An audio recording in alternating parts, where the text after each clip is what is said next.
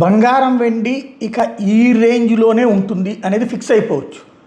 ఆ Goldman socks లేకపోతే JP Morgan లాంటి వాళ్ళు చెప్పినటువంటి తప్పుడు ప్రచారాన్ని మనం పక్కన పెట్టేచ్చు. ఎందుకంటే బంగారం వెండి యుద్ధం సమయంలో ధరలు పెరుగుతాయి, కానీ యుద్ధానికి ముందే ధరలు పెరిగినాయి.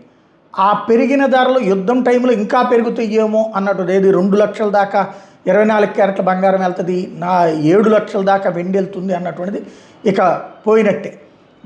ప్రస్తుతం ఇంత తీవ్ర యుద్ధ సిచ్యుయేషన్లో కూడా బంగారం వెండి ధరలు నేను మొన్న అంతకుముందు చెప్పాను, ఒక ఫిక్స్డ్ రేట్, ఈ రేట్ నుంచి ఈ రేంజ్లో ఉంటుందని. ఇప్పుడు అట్లాగే ఉంది.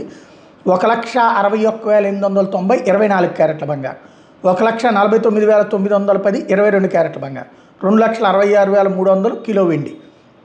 అంటే 1,55,000 నుంచి 1,70,000 మధ్యలో, 70-75 మధ్యలో 24 క్యారెట్లు ఉంటుంది.